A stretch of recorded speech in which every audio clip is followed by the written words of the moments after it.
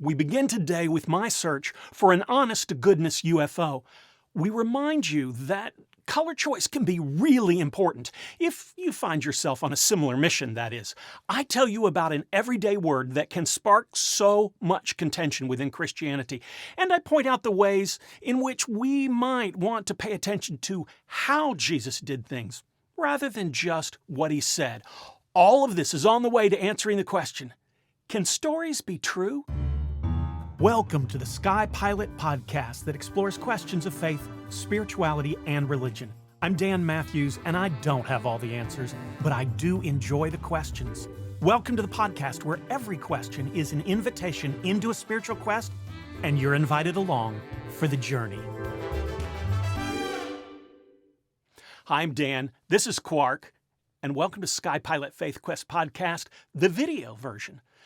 Scholars love the word myth. They use it to mean a story, traditionally one that's been around for a long time, that explains some aspect of our existence, our purpose, our relationship with the world around us, or supernatural forces in our world. In other words, I think all religions, everyone I know of, as far as I know, have myths, at least by the scholarly definition. But I will say that I'm not particularly fond of the word because the technical scholarly meaning differs so greatly from the cultural vernacular meaning.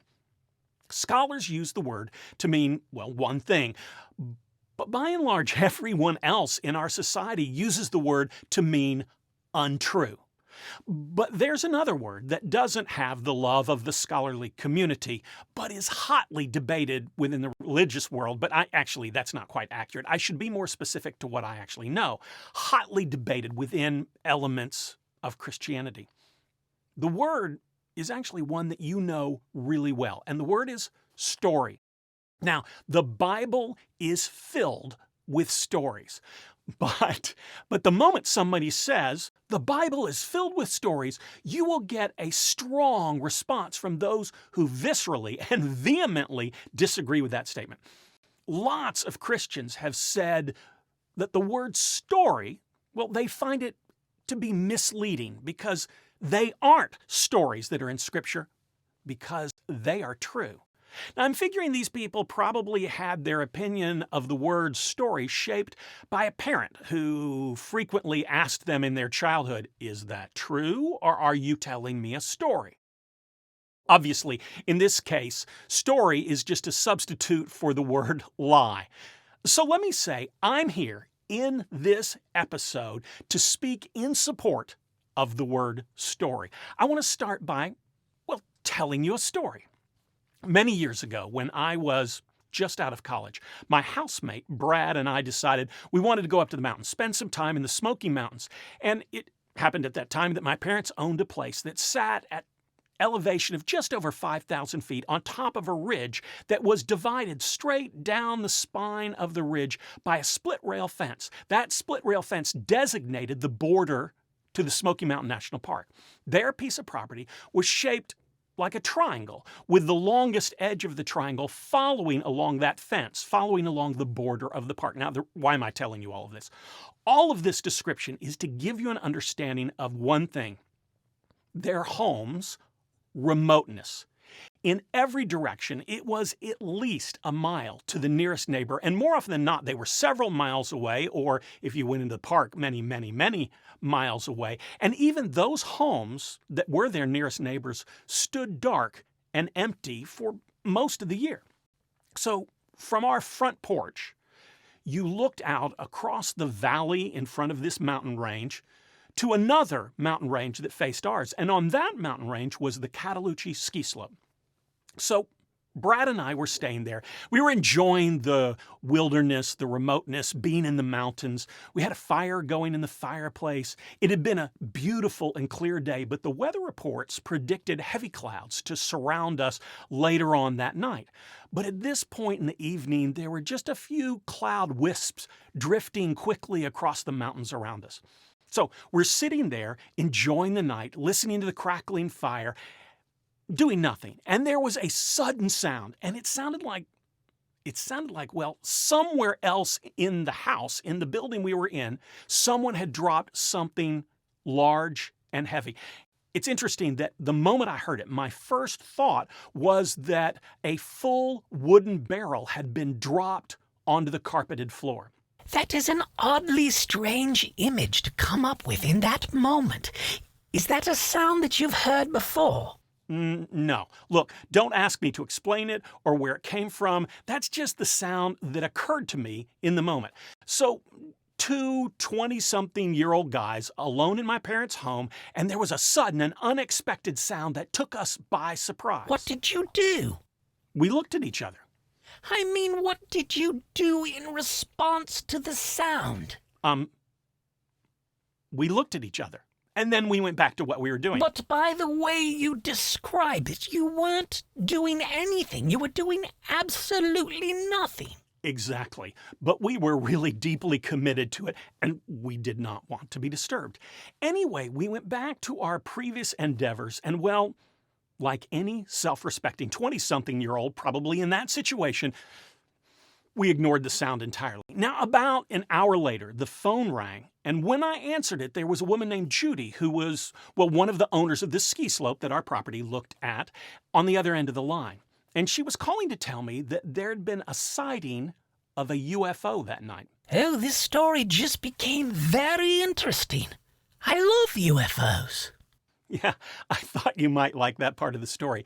Judy was friends with my parents, and I assumed that she had looked across the valley, seen the lights on at our place, or maybe just called to see if we were there. Anyway, she called to share the latest scuttlebutt, I was assuming. As she finished, I told her, wow, I really find that interesting, and I thanked her for calling to let us know, for sharing the news. And as I'm about to hang up, she said, no, I guess I haven't been clear. Whatever it was, they think it landed on your property. Wait a minute. They think a spaceship has landed on our property? Well, no, she said. The police think that it may have been a plane that crashed, that went down and landed on your property. And I told them that I would call over to your place, see if you all were there, and see if you could go out and maybe take a look around. And my first thought in response to this after she said that was, ooh, a real-life adventure. Yes, indeed.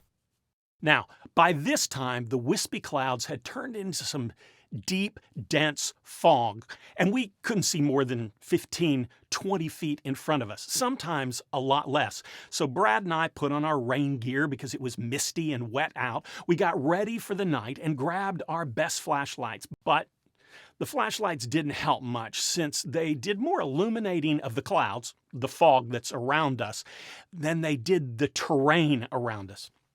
And as soon as we started, the adventure quickly seemed, well, less like an adventure and more like the setup for a horror film.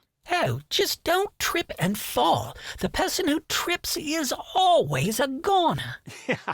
Yeah, exactly. Oh, and how bad would it have been if you were wearing a red Star Trek uniform? Well, I wasn't. I mean, I haven't. As in ever. Okay, never mind. Our first thought was that if there was a plane that went down, that crashed on our property, there might be some flames from the wreckage that we could see and would guide us through this dense fog. But as we looked around, there was no light in any direction of any kind that we could see. Then a new thought occurred. What if there was a plane crash and there were survivors? What if suddenly, out of the dark mist that was surrounding us, a bloody man appeared screaming suddenly in our faces? Help me! I think we were equally likely in that situation to run, faint, or just beat him to death with our flashlights in a fearful response. So we hiked around for what felt like several hours and was probably much, much shorter. We didn't know what we were looking for, and I was absolutely terrified. Terrified that we would actually find something, which we did not. Oh, very disappointing. Yeah, it's because you weren't there. Eventually, we went back to resume, well, whatever it was we weren't doing before. We went back to resume doing nothing. Later, we went to bed, and I don't know about Brad, but I did not get much sleep that night. The next day, sometime in the morning, Judy called back with the latest update. The official thinking had been changed. There weren't any planes missing that they could find. And from what eyewitnesses now said, and I guess it sounded like they had collected some more eyewitnesses, it was more likely that a meteor had impacted on or near our property than a plane going down. Oh, did you ever... No, I never found the meteor from that point on. I was always aware that I might stumble on it as I'm walking around the property, but my parents had 250 acres, most of it wooded, most of it which I would never step foot on because it was so densely wooded or steep. So unless it had landed in the grassy yard in front of us, the chances of ever finding it were really small. So no, I never found it. So since today we're talking about the word story, I thought it would be helpful to begin by telling one. Now, it wasn't very long ago that I was online and someone described the Bible as a book of stories.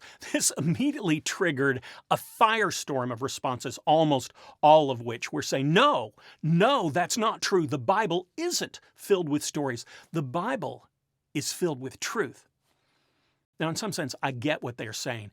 There certainly are people who absolutely say that the Bible is filled with mythic stories which are intended to be seen as fables, not any of it true, not historical events. And these same people often talk about the Bible as being poetry. And when they say that, they mean the Bible is filled with unclear verses from which you can draw any meaning whatsoever. Now, I think these people actually do a disservice when they say that, both in their description of poetry and the Bible. So in response to the people saying the Bible is filled with stories, other people say the things, the events that are told in the Bible are not myths. They're not fable-like stories from which we can draw nice little lessons because that means they aren't true. The things related in the Bible, these people argue, are real-life, actual events that happened, and it is there, and this is what's really important, it is their historicity that makes them, these events, so powerful. Now, let me say, I disagree with the people who want to dismiss the Bible as kind of poetry. You can take from it whatever you want. But I also disagree with the argument that there aren't stories in the Bible. First, I disagree with the idea that story means made up. I very intentionally began this episode with a personal story that's true. It's not made up at all. So in defense of story, I want to say that calling something a story doesn't necessarily mean that it is a work of fiction. A story can be absolutely true and still be, well, a story. I also want to tackle the notion that history is more true, more real, more powerful than fiction. Now, before I went to seminary, I was talking to a guy at work, a good friend of mine, a guy named Mark, and he was one of those very impressive people who seemed to be good at everything he put his mind to. Mark was a very bright guy who was also, throughout his life in college and high school, an amazing athlete. And as is important here, a voracious reader as well. We were talking about the books that we liked and we'd read recently one particular day, and he expressed to me his disdain for fiction. This is what he said. Why would I waste my time reading something that isn't true? That doesn't make any sense to me. Now, in the years since he said this to me, he was the first person I ever heard say this, I've actually heard it said quite a few times, almost word from word, from a number of different people. Now, as you can probably guess, I disagree. So part of my defense of story is to say that the value of a story is not found in its historical accuracy, but in the truth that the story conveys.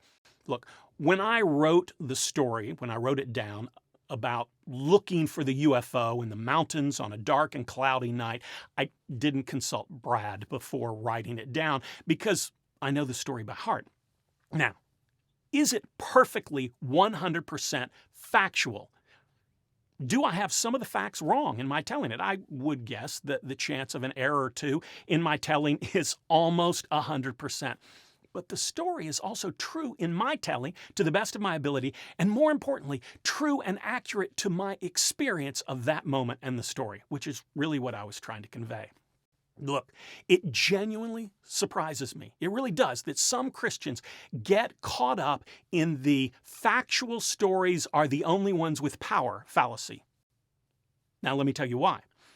I get it. Their lives are shaped by the stories about Jesus, and for Christians, there is a very real investment in the idea that, well, this guy was real, and the things he did and said, those were also real.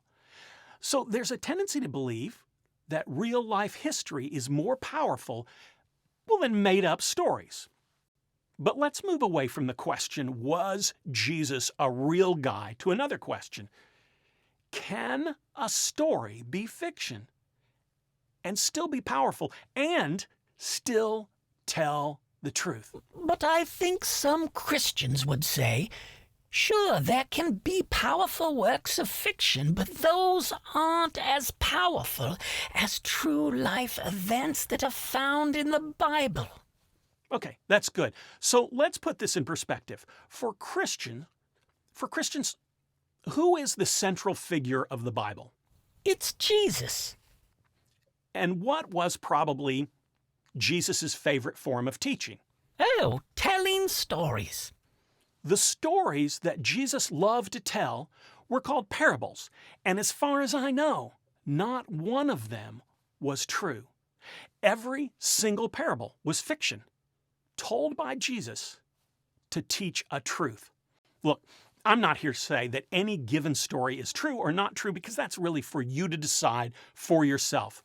But I do feel like this is one of those times in which the extreme voices on either side of the argument drown out the wisdom to be found in the middle of the discussion.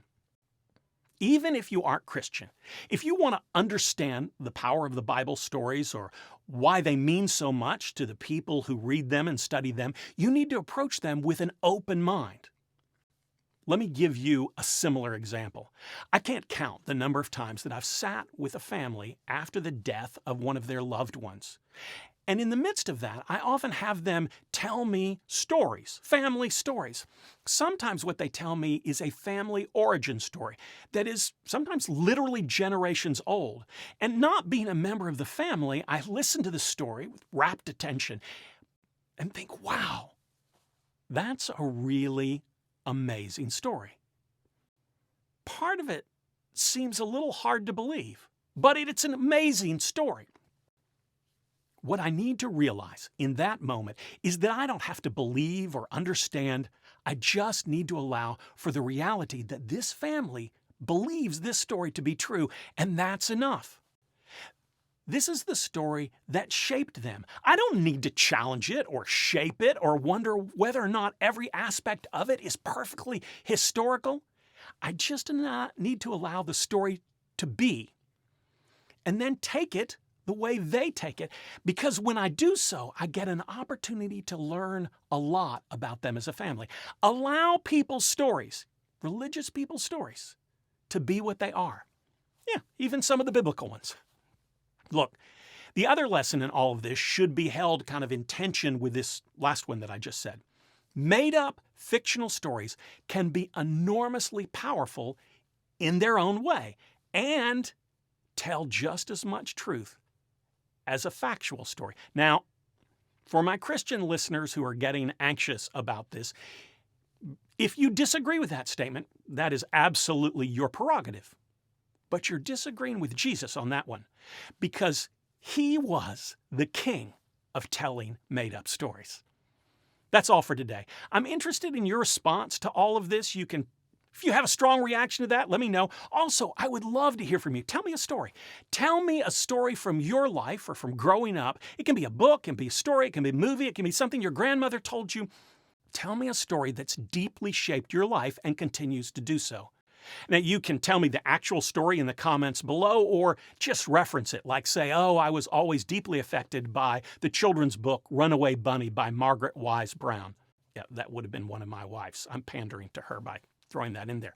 I will say, answer the question with this limit. Any story other than one from the Bible. I know, those are great stories. I love them. I literally spent my entire ministry studying them and telling them I know those stories. But we'll consider those like the free space in bingo, already a given. Tell me in the comments below, what story has great power for you? And on your spiritual journey, may you ask questions, seek answers, and boldly go wherever the quest takes you. Thanks for joining us here today and being part of the SkyPilot Faith Quest community. This is a great place to ask questions you wouldn't feel comfortable or safe asking in other places. And remember, the sign of a strong faith, solid religion, or healthy spiritual journey is not certainty, but that you keep asking questions.